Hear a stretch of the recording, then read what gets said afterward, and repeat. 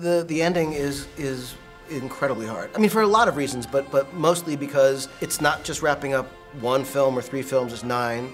This was definitely terrifying compared to the first one.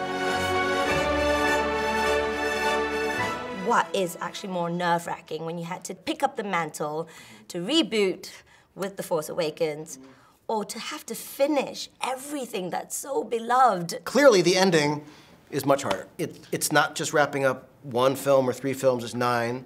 You know, it has to work on its own as a movie. Yeah. It also has to be this inevitable ending, tie a number of themes, characters, locations. It's together, it's a lot to take on, and the beginning is hard, establishing, casting, you know, getting it all up on its feet. But this was definitely terrifying compared to the first one. It's an instinct.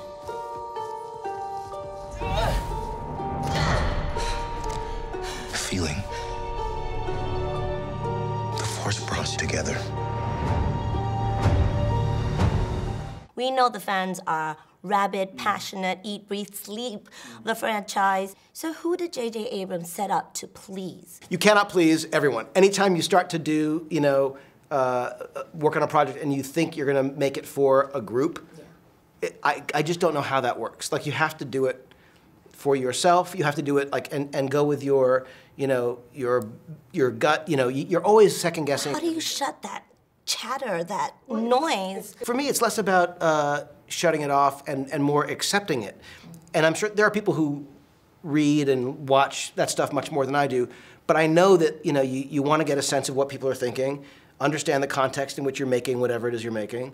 You might make a few fans happy here, a few fans happy there, and then a few not happy. You just know that going in. Yeah.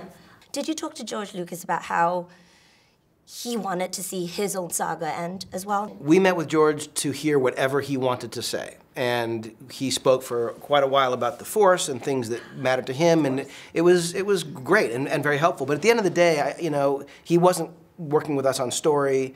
He wasn't pitching us story. We weren't pitching him story. This was the very beginning of the process. So it wasn't like we were getting into plot. You're a fanboy. Can a fanboy director be too close to a project that's something that he loves? I do love the story. I do love the characters, the tone, the work that you know was done long before I was involved.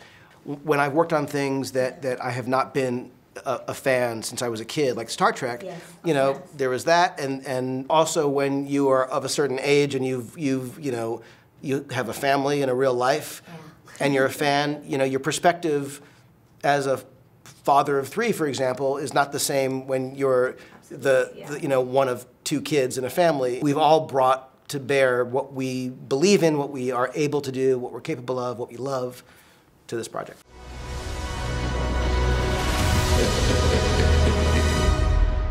The Force will be with you.